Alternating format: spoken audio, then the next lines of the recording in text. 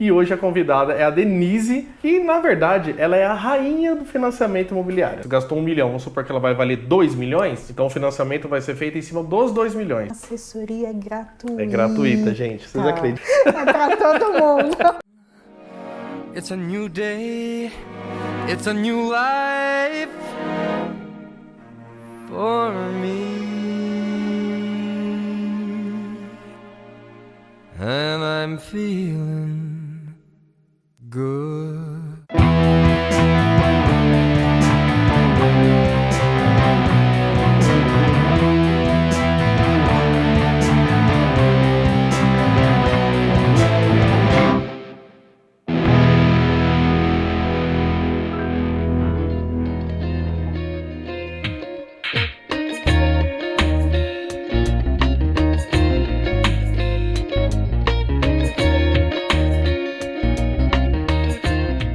Bem-vindos a mais um vídeo aqui no canal Terras Arquitetura. Para você que não me conhece, eu sou o arquiteto Rodrigo Serra e hoje a gente vai falar aqui de um assunto sensacional que é financiamento. Financiamento imobiliário, financiamento da sua obra, financiamento tudo quanto é jeito. Então se você é novo aqui no canal, se você caiu aqui de paraquedas, dá uma navegada aqui no canal. Nós falamos aqui tudo de arquitetura, mostramos nossas obras, projetos e muito mais. E aqui é um espacinho do nosso ArchiCast, que é um bate-papo que eu tenho sempre com alguém, e hoje a convidada é a Denise, que ela é proprietária da Cavicred, e na verdade ela é a rainha do financiamento imobiliário, né? Então eu já tinha dado uma palhinha lá no Instagram, algumas pessoas acompanharam, a gente demorou um pouquinho para gravar, né? Porque aconteceram alguns probleminhas no meio do caminho aí, né? Mas tá tudo resolvido e a Denise tá aqui. Bem-vinda! Muito obrigada pelo convite. Boa tarde, pessoal. Eu sou a Denise, eu sou da Cavicred e eu fiquei com vergonha. Né? Que isso? Não, então, ó, gente, é o seguinte. Hoje a gente vai falar aqui sobre financiamentos. E a Denise vai explicar tudo pra gente sobre financiamento de casa pronta, de obra e responder algumas perguntas, né? Que eu tenho algumas perguntas, algumas dúvidas, eu tenho certeza que o pessoal também tem, então você vai responder todas as perguntas pra gente. É isso aí. Beleza? Então vamos lá, vamos começar. Primeira pergunta. Eu quero fazer uma obra, então eu não tenho dinheiro. Qual que é o primeiro passo? O que eu tenho que fazer? Eu sem dinheiro nenhum. Dá para eu fazer? Depende. O primeiro passo que você precisa fazer quando você está pensando em fazer uma obra é se planejar, né? E aí, através do planejamento, o primeiro passo é você procurar um arquiteto. Eu, no caso. O Terra. E aí você vai fazer o projeto arquitetônico, vai buscar aprovação na prefeitura, buscar o alvará. E aí sim a gente consegue fazer o financiamento.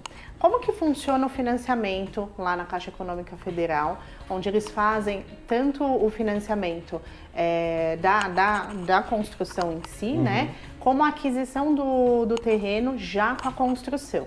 Então, assim, tem essas duas modalidades. Se você vai financiar o terreno junto com a construção, o que você precisa? Você vai alienar tanto o terreno quanto a construção, e aí você vai fazer um estudo de quanto que você vai gastar para poder fazer esse financiamento da obra. O banco ele vai conseguir financiar até 80% do valor do imóvel pronto. Então, o que isso quer dizer? Você gastou 1 milhão para fazer essa obra, mais 300 mil do terreno.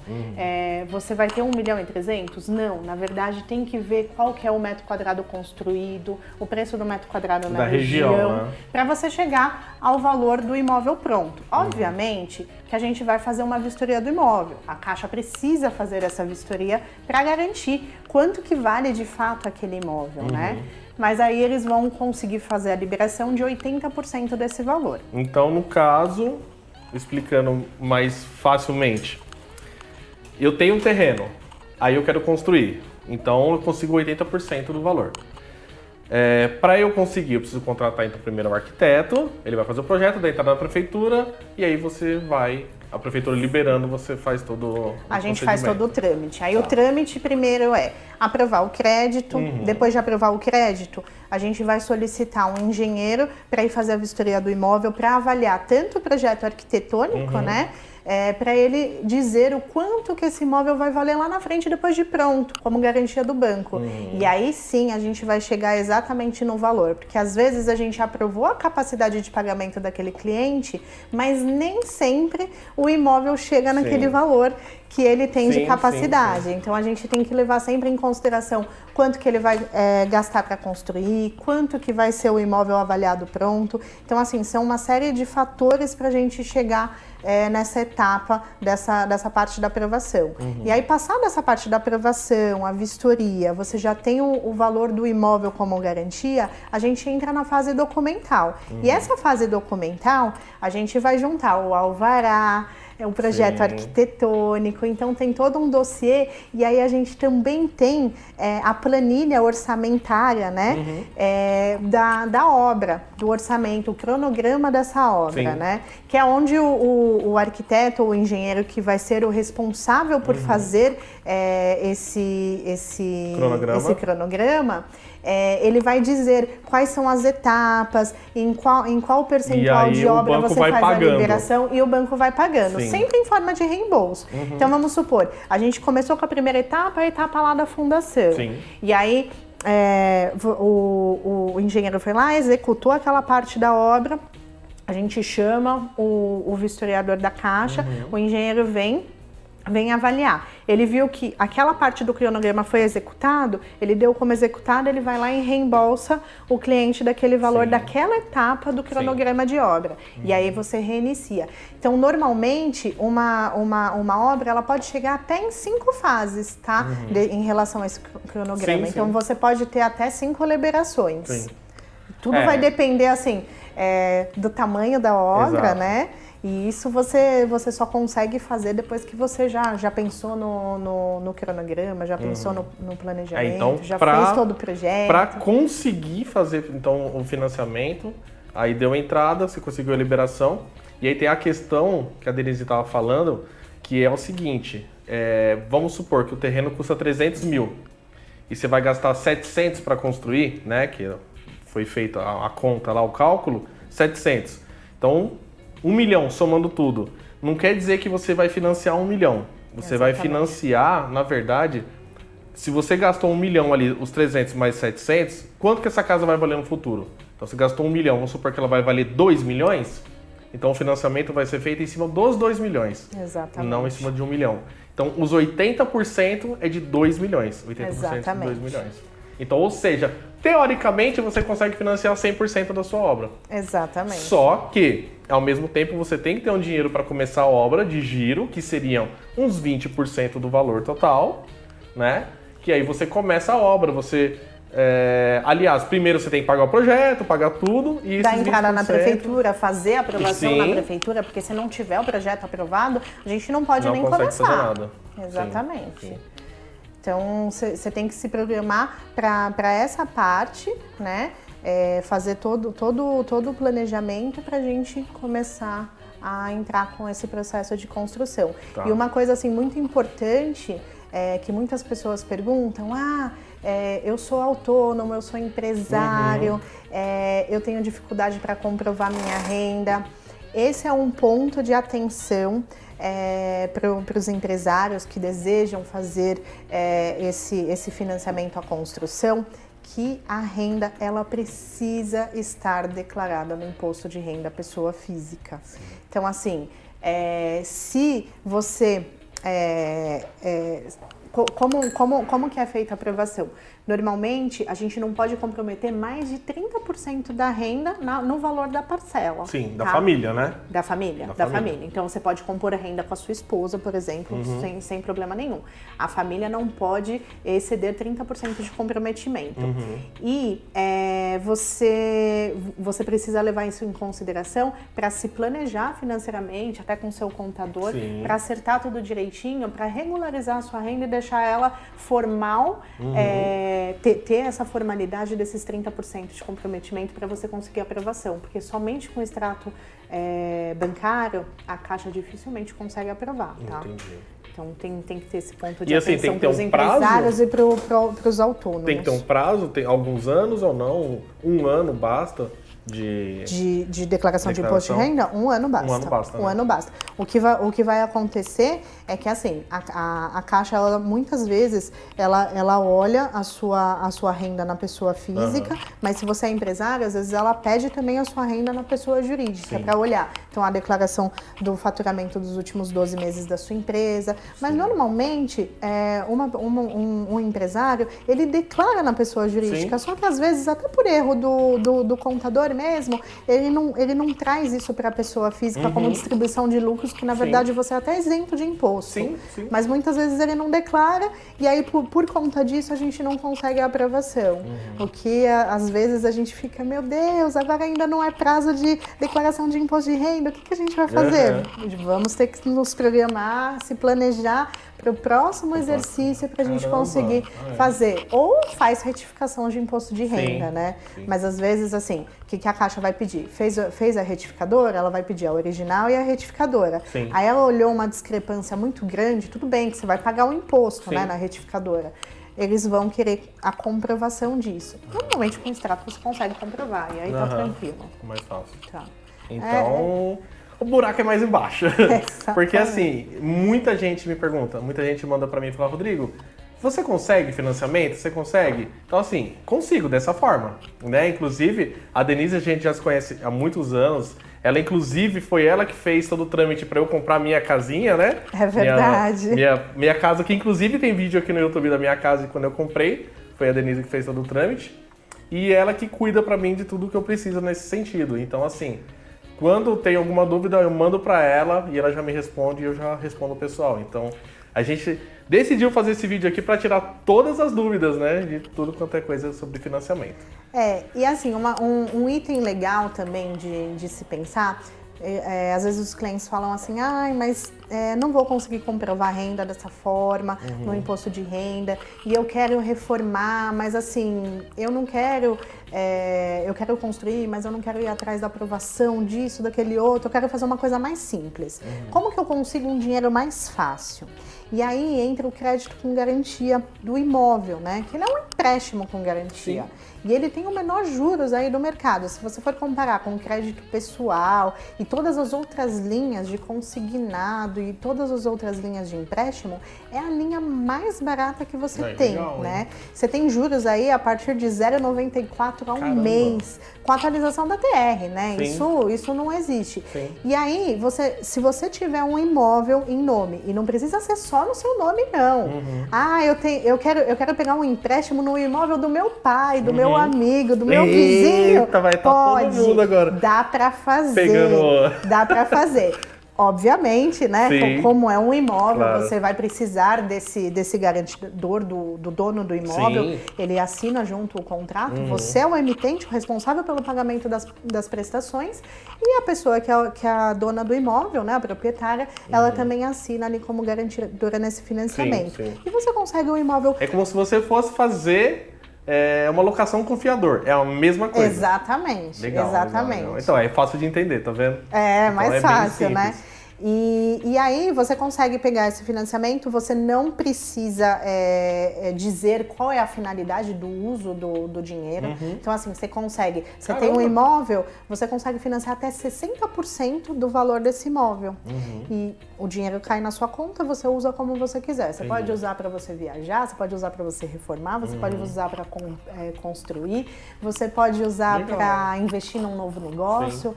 Para qualquer finalidade, não precisa justificar a finalidade. A única coisa que você precisa de fato é estar dentro lá dos 30% de comprometimento de renda dentro da família. É isso. E o imóvel que está sendo como o fiador tem que estar todo regularzinho. Tem que estar regularizado, né? Tem que ter escritura, tem que ter a matrícula. É isso. E agora uma dúvida. Para fazer um financiamento de uma construção, o terreno tem que estar quitado ou não?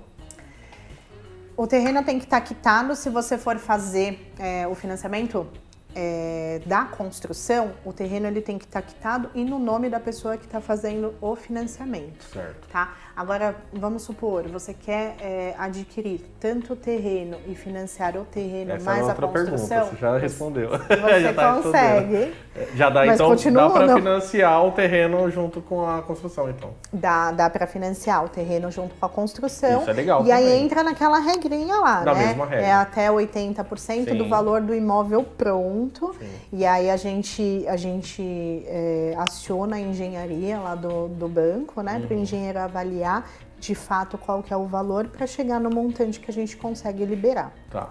Eu tirar uma dúvida, não sei se você vai saber responder. Se eu comprei um terreno direto com uma construtora, tô pagando direto para a construtora, eu consigo fazer o financiamento? Da construção? É. Então, para você fazer esse financiamento da construção, a primeira coisa que você vai ter que fazer, ou você quita, né, esse terreno, ou você faz... É porque vai ter que estar no meu nome. O primeiro passo, então, é esse. Ele tem que estar no seu nome. Então, você vai ter que Independente, quitar primeiro. Porque, assim, como você já comprou lá na construtora, ele já passou para o seu nome e está financiado com a construtora, a única possibilidade que você tem é quitando. Tá. Então, você tem que quitar esse financiamento e aí, através do terreno quitado, você faz o financiamento só da construção. Legal. E agora uma outra pergunta. Comprei um apartamento e eu quero reformar o apartamento inteiro. Eu quero mobiliar, quero forro, iluminação, piso, tudo. Mesma regra ou não? O único financiamento que você vai conseguir para fazer esse tipo de reforma seria um empréstimo com garantia do imóvel. Aí você teria que usar esse imóvel que está quitado, por exemplo, como garantia para você levantar como empréstimo. Sim. Agora, na modalidade de financiamento, você não tem a possibilidade de fazer esse financiamento da sua reforma em si, tá? Entendi. Porque para a Caixa Econômica, quando você, ou para os demais bancos que também trabalham com essa modalidade de financiamento à construção, eles entendem que quando você pega um apartamento da construtora, ele já tem habite, então ele já está habitado. Então você não tem mais o que financiar ali, porque o resto seriam melhorias, né? Sim. De valorização do imóvel, enfim. E aí você teria que utilizar ou recursos próprios ou algum tipo de empréstimo, seja um crédito pessoal ou um empréstimo com garantia do imóvel, Tá. um consignado. Com crédito com garantia de imóvel, se o imóvel estiver realmente quitado. Se não tiver quitado, aí não tem como mesmo. Não tem como. Não tem como. Aí você vai ter que ir lá... Aí vai ter que parcelado partir no pro cartão, no consignado, cheque. Consignado, a gente tem outras Ou linhas, eu tenho a melhor opção que eu dou pro cliente. O cliente contrata Terras Arquitetura, nós fazemos parcelado para você lá, a sua obra. Eu faço parcelado, tá vendo? Mas a Cavicred, ela tem parceria com a Caixa Econômica. E Tá a Caixa vendo? Econômica também faz consignado, crédito pessoal. Ai, que legal. Então, todas essas modalidades você consegue fazer a reforma do seu imóvel e deixar o imóvel do jeito que você sempre sonhou. Show.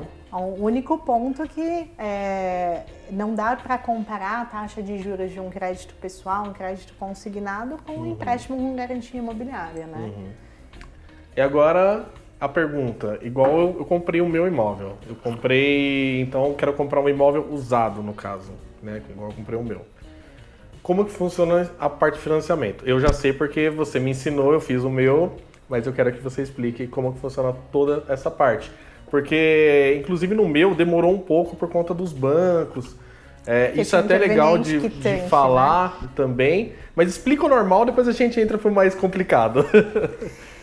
Quando você vai comprar um imóvel, as pessoas colocam muito na cabeça que comprar imóvel financiado é complicado, dá trabalho, tem que juntar um monte de documentação. E realmente, se você não tiver expertise e habilidade, você vai patinar um pouco. Sim. Eu tenho vários relatos de clientes ou amigos que chegaram até a mim que falaram assim: nossa, eu estava fazendo meu financiamento, estava demorando 5 meses e eu não consegui concluir, me ajuda, me salva. ressalva, o que eu faço, por onde eu começo, onde é que eu vou.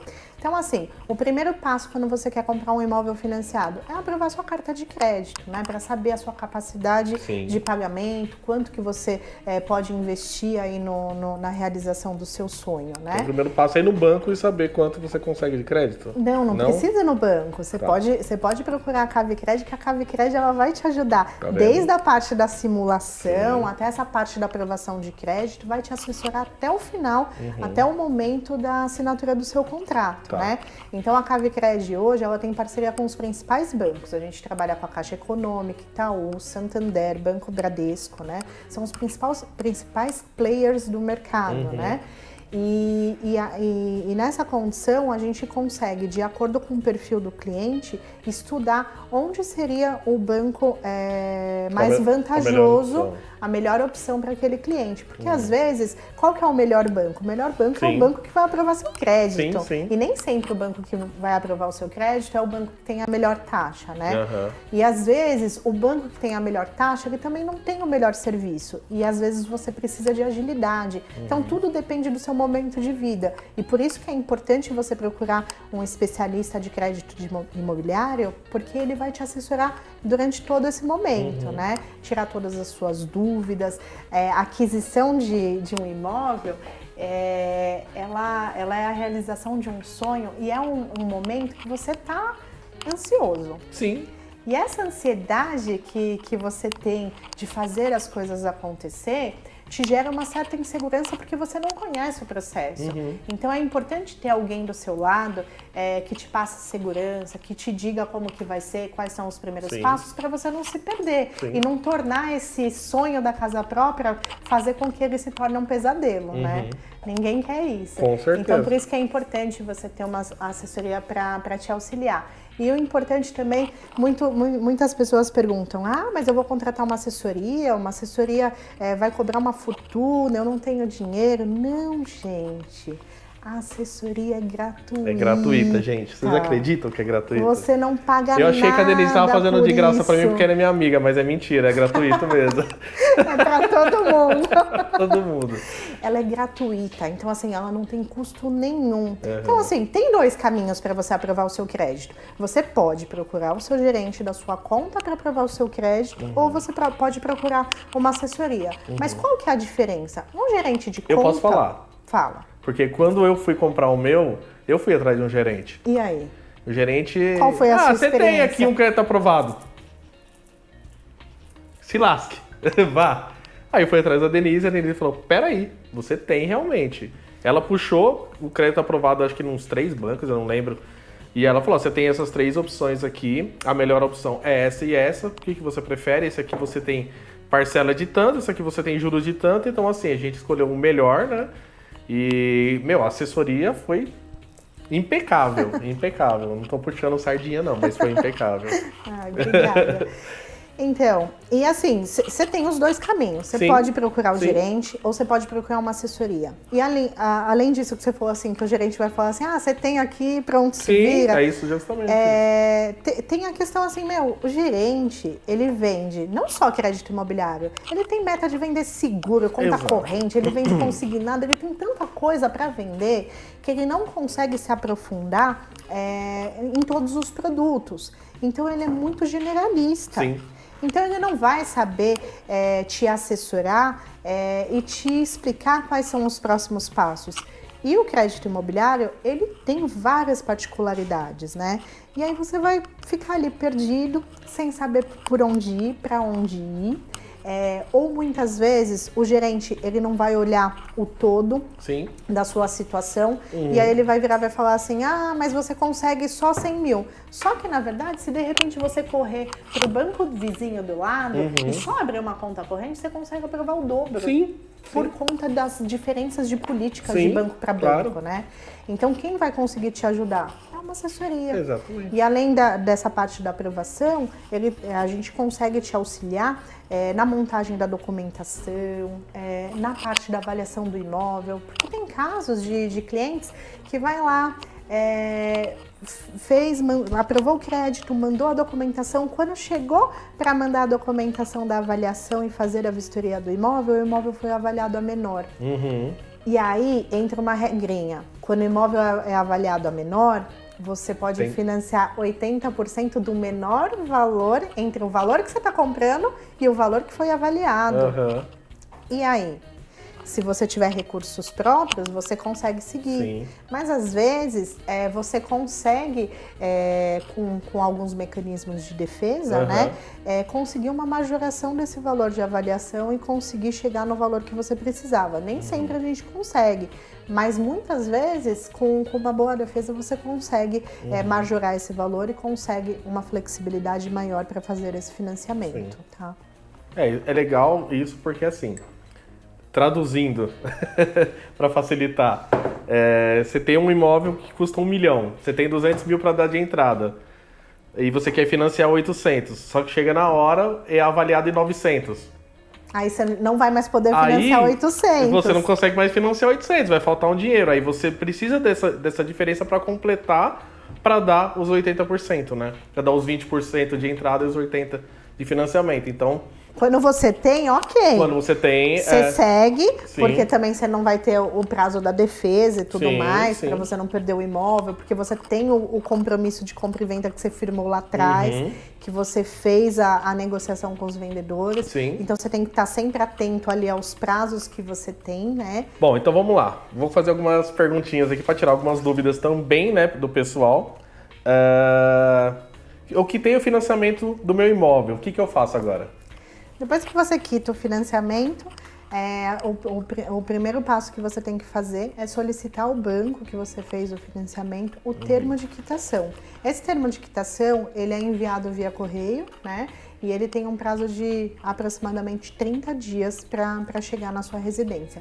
Quando chegar o termo de quitação na sua residência, você precisa levar em cartório, né, para fazer a averbação, onde vai tirar a alienação do banco e vai dizer que o imóvel é oficialmente seu. Porque quando você faz um financiamento, o imóvel, você tem a posse do imóvel, né, porque você está morando no imóvel, mas a propriedade é do banco. Sim. E ele só se torna seu de propriedade depois que você faz a quitação desse financiamento. Tá vendo? Não tem nada seu aí.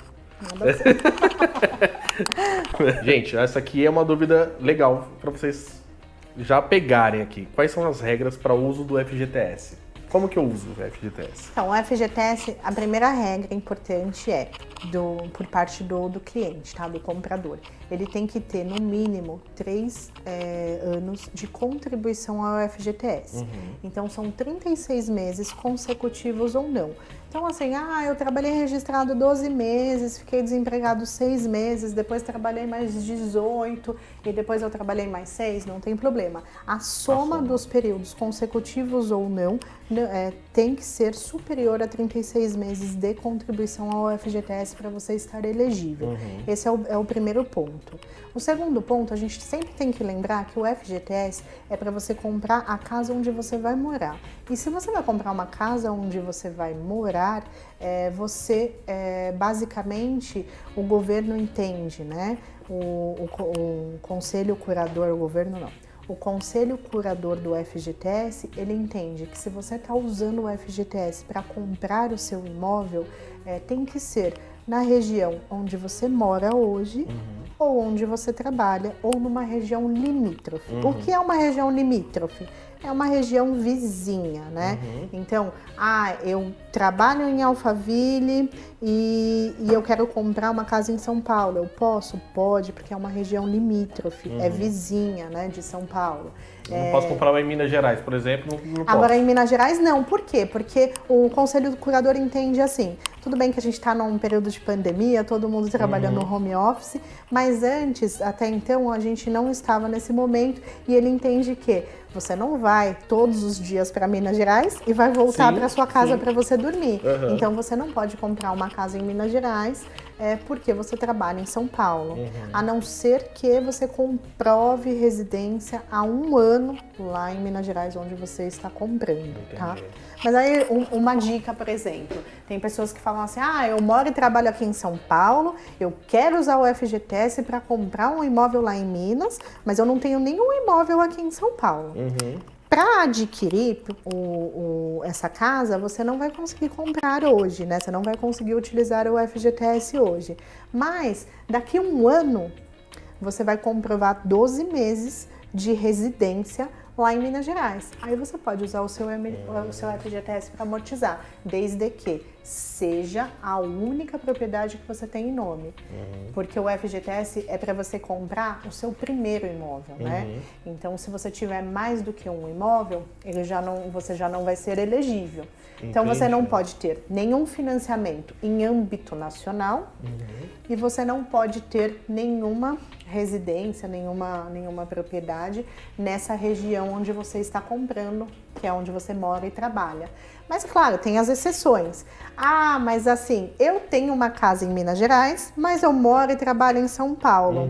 Beleza, quer usar o FGTS aqui? Você pode, por mais que você tenha propriedade lá em Minas. Sim. Desde que essa propriedade lá em Minas não seja financiada, você pode utilizar tranquilamente.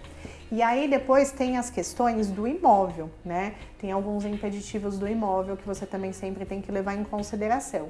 Por exemplo, o imóvel que você está adquirindo com o FGTS, ele não pode ter sido utilizado recursos de FGTS nos últimos 3 anos.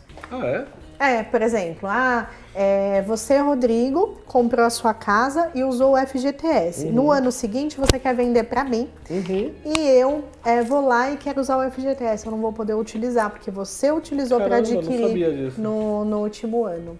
Bom, então colocando como exemplo a minha casa, quando eu comprei, minha casa estava financiada pelo antigo proprietário, a Denise fez todo o trâmite e aí eu tinha que fazer a quitação, né? O meu banco foi tentar fazer a quitação com o banco do antigo dono, que o banco era um banco muito ruim na época lá, né?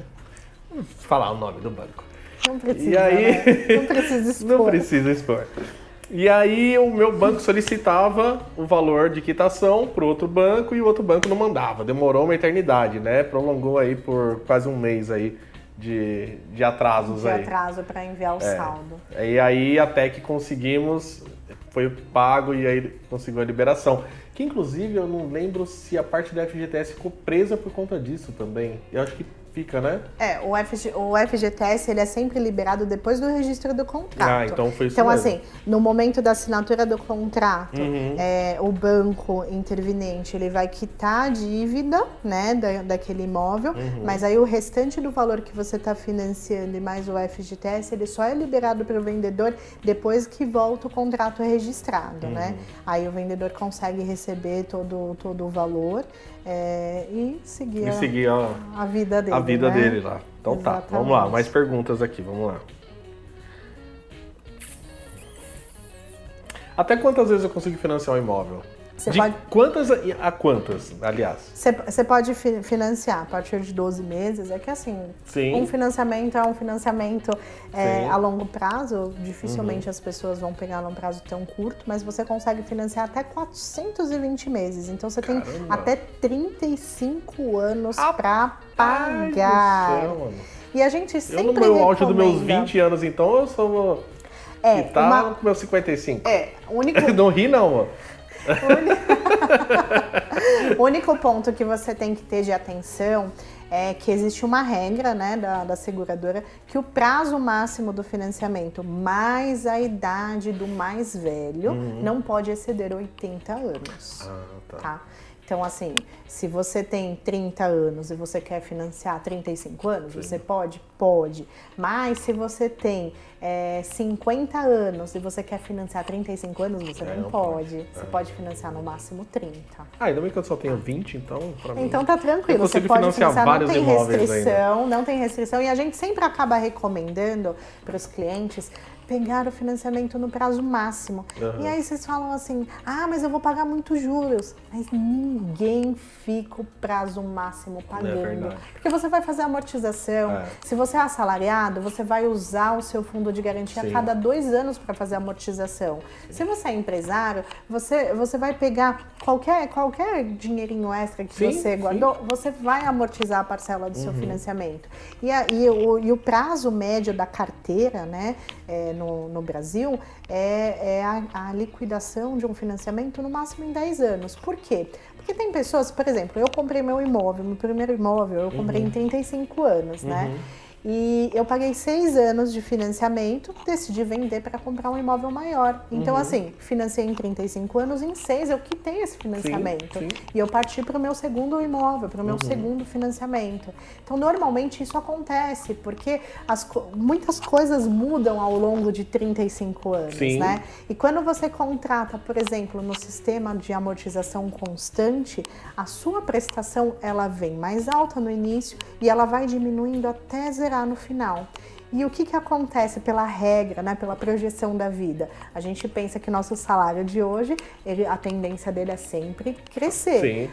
Mesmo que você não tenha um aumento de clientes, nada expressivo Sim. em relação a isso, você tem a inflação, né? Que o preço do seu serviço vai aumentar a longo prazo. Então, a partir do momento que você está crescendo aqui no seu salário, diminuindo o seu custo, fica sempre mais fácil de você pagar e você amortizar essa dívida, diminuir essa dívida a longo prazo. E o que é legal quando você faz o financiamento no prazo máximo?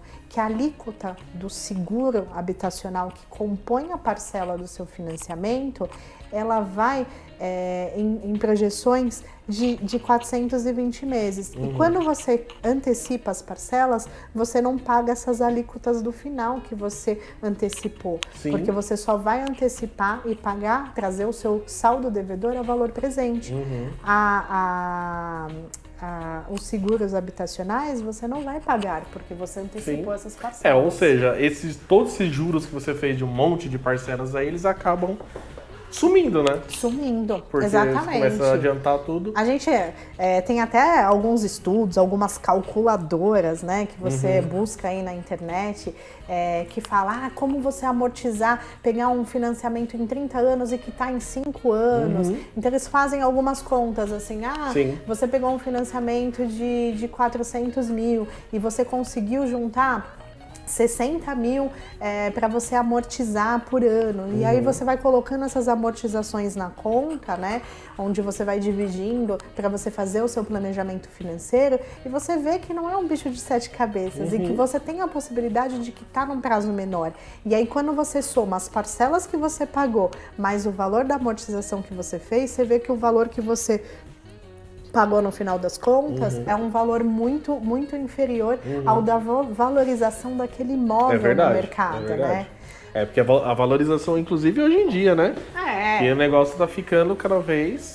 Um investimento no imóvel é algo que você faz e é um dos melhores investimentos. Sim. Há quem diga que não, que é melhor você aplicar o dinheiro e você comprar à vista. Mas eu conheço pessoas que estão a vida inteira juntando dinheiro, aplicando dinheiro e não conseguem ter o dinheiro porque quando vão comprar o imóvel valorizou e ele já não tem mais aquele mesmo poder de compra. E assim, eu vou te dizer, o meu pai, por exemplo, ele comprou um imóvel em 1998. Ele pagou 105 mil naquele imóvel. Foi um imóvel que ele utilizou para fins comerciais, ele teve o comércio dele durante alguns anos. Depois ele usou esse imóvel para gerar receita, né? Porque ele alugava o imóvel e durante alguns anos aí foi a receita dele. E o ano passado veio uma proposta para o meu pai fazer a venda desse imóvel. Ele vendeu por 2 milhões. Caramba. Agora me diz, qual aplicação financeira te traz esse mesmo retorno? Não existe. Se você vê, eu tava até dando risada esses dias, porque no tempo, quando eu era criança, eu lembro que meu avô trocava carro em casa. Então um dia ele tava com uma casa de aluguel, aparecia com um Voyage lá. Eu falei, oxe, o que é esse Voyage? Troquei na casa. Daqui a pouco o Voyage virava uma casa. Na época do governo Collor, a inflação era um absurdo, Nossa, né? era... Então, assim, não compensava você deixar dinheiro investido, né? E fora que no governo Collor teve a questão lá da poupança, que eles confiscaram a poupança do povo, Nossa, né? Muita gente quebrou, então né? Imagina. Então, assim, até mesmo por isso meu pai vem dessa cultura de fazer investimento em imóvel, né? Sim. E ele, assim, eu cresci nisso, vivendo essa situação e vendo que realmente é vantajoso você investir em imóvel, né? A valorização que você tem é muito maior do que qualquer investimento que você tem. Por exemplo, O meu primeiro imóvel, meu pai comprou para mim, né? Ele pagou acho que 68 mil, acho que foi em 2004 que ele comprou esse imóvel, 68 mil. Eu vendi no momento logo que eu me casei, em 2016. Então foram 11 anos depois, vendi por 340 mil. Caramba. Então, assim, é uma valorização considerável, Putz, né? pra caramba. E aí você pensa, as pessoas às vezes falam, mas eu não vou entrar num financiamento porque você fica dando juros pro banco. Mas, gente, e o aluguel que você pega aquele dinheiro todo mês e você rasga aquele dinheiro? Eu vejo algumas pessoas que vivem morando de aluguel, mas por opção. Né? Sim, é um perfil, às vezes é estilo de vida. Exatamente. Tem pessoas que assim gostam da mobilidade, exatamente. Gostam de um ano morar aqui, o outro ano morar mais perto do trabalho. Sim. E aí realmente é muito mais um estilo de vida, né? Do que. Assim, hoje em dia estão adotando muito esse estilo, até do carro, né? Tem gente que não tem carro, prefere andar de alugar. Uber, prefere alugar. Ou alugar um carro, né? É a mesma questão. Agora tem carros até por assinatura. É verdade. E o agora mundo tá se carro, modernizando, você consegue a né? motinha elétrica na esquina, você consegue um monte de coisa. Então, assim, é fácil, mas ao mesmo tempo é um estilo de vida eu não conseguiria. Muitas pessoas chegam e me perguntam o que vale mais a pena? Alugar ou financiar, comprar um imóvel? Sim. Tudo vai depender do seu estilo de vida, né? Se você é uma pessoa que curte ficar mudando, essa questão da mobilidade, não se importa de não ter um endereço fixo, porque no aluguel acontece essa questão de repente você tá lá super feliz na sua casinha e de repente o locatário fala assim, olha, eu preciso da casa porque eu vou vender ou qualquer outro motivo, né? E aí você tem que sair daquela casa, procurar um novo imóvel, aí você tem aquela dor de cabeça. Tem a questão assim, quando você tem um imóvel que é seu, você pode deixar do jeito que você quer, você pode investir naquele imóvel, porque você está investindo num patrimônio, em algo que é seu. No aluguel não, porque tudo e que até você estranho, investir... né? Imagina você pagar aluguel, não ter um carro, parece que você não tem nada na vida. Exatamente. Né? E assim, eu sou o tipo de pessoa que gosta de criar as raízes, né? Então assim, comprei a casa onde eu queria, do jeito que eu queria, então foi tudo perfeito. O carro é a mesma coisa, então assim, eu tenho lá meus carros velhos lá guardados. Assim, eu gosto de ter, então isso é meu mesmo. É assim como as pessoas que não gostam de ter. Exatamente. É o estilo de vida mesmo. Tudo vai depender do estilo de vida das pessoas, né? Tem que pensar, eu estava conversando isso com um amigo meu, que assim, não é só a parte financeira. A decisão de você alugar ou comprar um imóvel, ele está muito mais relacionado à questão de conforto, né? Essa qualidade de vida, né? Então, tudo isso que você tem que levar em consideração. Às vezes, você tem que comparar quando você vai comprar um imóvel. Quanto que é o valor do aluguel e quanto que é o valor de uma prestação, por exemplo. Porque, às vezes, eu tenho vários amigos que compram imóveis, né? Alugam esse imóvel e com o dinheiro do aluguel eles conseguem pagar a prestação. E ainda tem um patrimônio, né? Então você tem que levar em consideração essa relação, porque o índice de correção de um aluguel, ele é alto, né? E todo ano ele é reajustado. Já o financiamento, ele vai diminuindo. Então você tem que colocar isso na balança e ponderar. E obviamente não tem certo e errado. É melhor comprar, é melhor alugar? Depende do seu perfil, depende do seu estilo de vida. Exatamente. Né? Depende do que assim você como pensa. tem esse caso que ele compra e com o valor do aluguel ele paga a prestação, tem o caso da pessoa que está alugando, né? Então você vê que são dois casos bem distintos. E não é questão de você ter um valor de entrada ou não, né? Hoje você dá com uma entrada, sei lá, de 30 mil reais, você consegue até comprar um apartamentinho, né? Então, assim, é bem mais simples. Mas a pessoa que está alugando ali, às vezes não é opção, é a opção dele dela. mesmo. Eu fiz o financiamento de um cliente, ele morava há 30 anos de aluguel em uma casa, e essa casa, ele tinha um enorme carinho por essa casa, e aí veio a pandemia, e o locatário falou assim, olha, eu quero vender. Então, como eu quero vender, em relação ao contrato, a gente sempre oferece primeiro pro inquilino, Sim. né? Por conta da lei e tudo mais.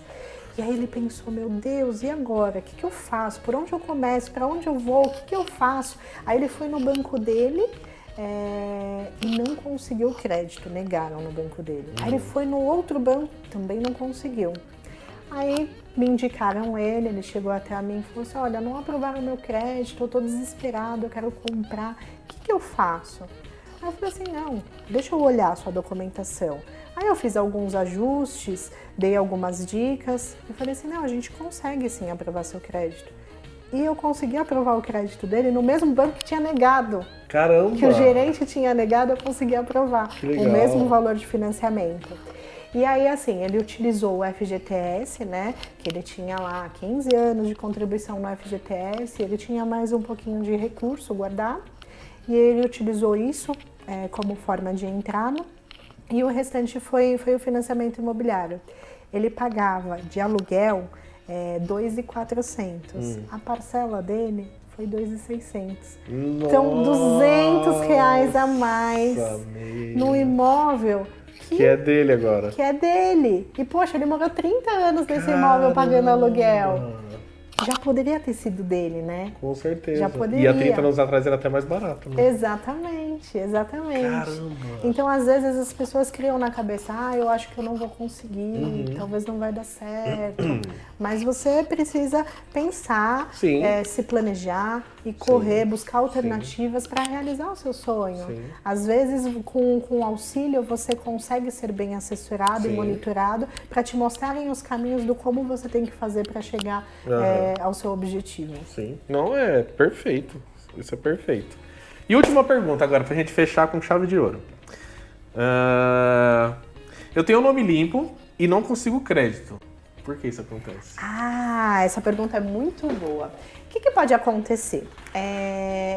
Existe no mercado, né, o Serasa, ele tem uma pontuação que ela vai de 0 até 1.000, né? Ela comprova o perfil de pagamento desse cliente no mercado. Então, assim, o que influencia? A forma como esse cliente se comporta pagando as dívidas dele. Então, assim, se esse cliente usa muito cartão de crédito e ele paga em dia, ele vai ter um score bom. Se esse cliente tem financiamento de veículo, tem empréstimo no banco, consignado, empréstimo pessoal, e ele paga em dia, ele vai ter uma nota boa. Ele teve uma restrição no Serasa, vai baixar o score dele, porque ele não está pagando as contas dele. Mas o quanto que vai baixar? Vai depender de qual que é essa dívida que ele teve no Serasa. É um protesto? É um cheque? É um financiamento que ele deixou de pagar? É um cartão de crédito? Então, depende do que ele deixou de pagar, vai influenciar de forma mais positiva ou mais negativa, né? E aí, o cliente, às vezes, teve esse restritivo, mas ele foi lá e quitou, né? Tá com o nome limpo agora. Ok, vou tentar meu crédito, mas não aprovou. Por quê? Porque essa pontuação, ela demora um pouco mais para ela Pra ele ter que voltar, começar a fazer tudo certinho pra ela subir voltar. de novo. Ou também, às vezes, tem pessoas, sabe aquelas pessoas que pagam tudo à vista, que não usa cartão de crédito, só usa débito? Eu sou esse aí. Então. Não uso nada, não pago nada parcelado. Essas pessoas vão ter dificuldade para aprovar o crédito. Aí você fala assim, meu Deus, mas eu sou um bom pagador. Sim. Eu sou um bom pagador, mas você... os bancos não conseguem identificar como que você se comporta a longo prazo. Então, às vezes, a gente tem a dificuldade de aprovar por conta disso. Então, às vezes, se você consegue fazer um planejamento de usar um pouquinho o cartão de crédito, se cadastrar naquele Serasa. Sim. No cadastro positivo, você já consegue mostrar como você se comporta, informando o seu CPF nas suas compras, né? São algumas maneiras de você subir o seu Serasa. Outro ponto também, por que não aprovar o crédito? Às vezes você não tem relacionamento nos bancos. Agora tá muito na moda você abrir conta no Nubank, naqueles bancos digitais. Sim. Só que esses bancos digitais não não trabalham com crédito imobiliário. E aí, quando você precisa de crédito imobiliário, quem que você tem vai que nos procurar? outros. Os outros bancos. E aí, você não tem relacionamento com o banco, Uhum. ele não entende de você, ele não sabe quem é você, como que ele vai aprovar um crédito sem você ter o relacionamento? Às vezes o seu crédito foi negado, mas o simples fato de você ir lá e fazer a abertura de uma conta corrente, você consegue aprovar. Então é importante você ter uma assessoria que vai saber identificar o que está acontecendo no seu caso e te orientar qual que é o caminho para conseguir essa aprovação. É interessantíssimo.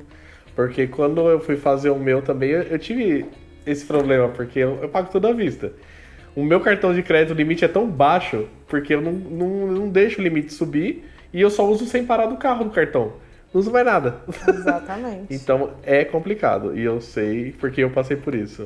Porque às vezes o seu comprometimento de renda, a sua renda, ela é ok, Sim. ela consegue comportar aquele crédito, mas o banco não consegue aprovar para você por conta dessa questão. Sim. Mas hoje você já tem um financiamento, você tem uma já dívida tem a minha longo casinha. prazo. Agora, o próximo passo é comprar um imóvel maior. É isso aí. E em breve também, né, vou fazer aqui, ainda vai ter uma surpresa aqui que eu vou fazer um vídeo sobre isso, do meu galpão. Eu vou fazer um galpão Que no legal. escritório, então vai ter novidades por aí. Ah, legal. Então é isso, Denise, já vou te agradecendo desde já. Gente, quem não conhece, já segue lá a Cavicred. Entre em contato com a Denise, vou deixar todos os dados aqui na descrição do vídeo. Eu vou deixar o contato dela, vou deixar o Instagram dela, então tudo que vocês precisarem. Meu, já entra agora. Agora, você tá aí, já entra agora, digita lá, Cavicred, já começa a seguir. Ela dá várias dicas lá, então é legal você seguir porque ela dá dica no Instagram, ela dá dica nos stories, então ela vai postando tudo lá e vocês vão acompanhando muitas coisas. Se tiver dúvida, já entra em contato com ela direto lá no direct do Instagram ou no telefone dela também, que vai estar na descrição do vídeo aqui. E qualquer dúvida, é isso aí. Gente, E uma surpresa! Uma surpresa interessantíssima. A Cavicred tá entrando de patrocinador no canal Terras Arquitetura também. Já quero agradecer também por confiar na gente e participar agora. Então, assim, vão ter alguns vídeos ainda no meio do caminho aí. De vez em quando vai aparecer. A Denise ainda vai aparecer. A Cavicred vai aparecer bastante. Tá bom? Obrigado, Denise.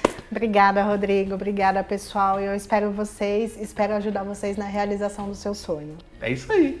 Então é isso, gente. Obrigado. Então, se você não é inscrito no canal, já peço que se inscreva, compartilha, ativa o sininho para receber as notificações. E se você não segue no Instagram, já segue lá e acompanhe nosso dia. Beleza? Bora lá. Valeu. Um abraço.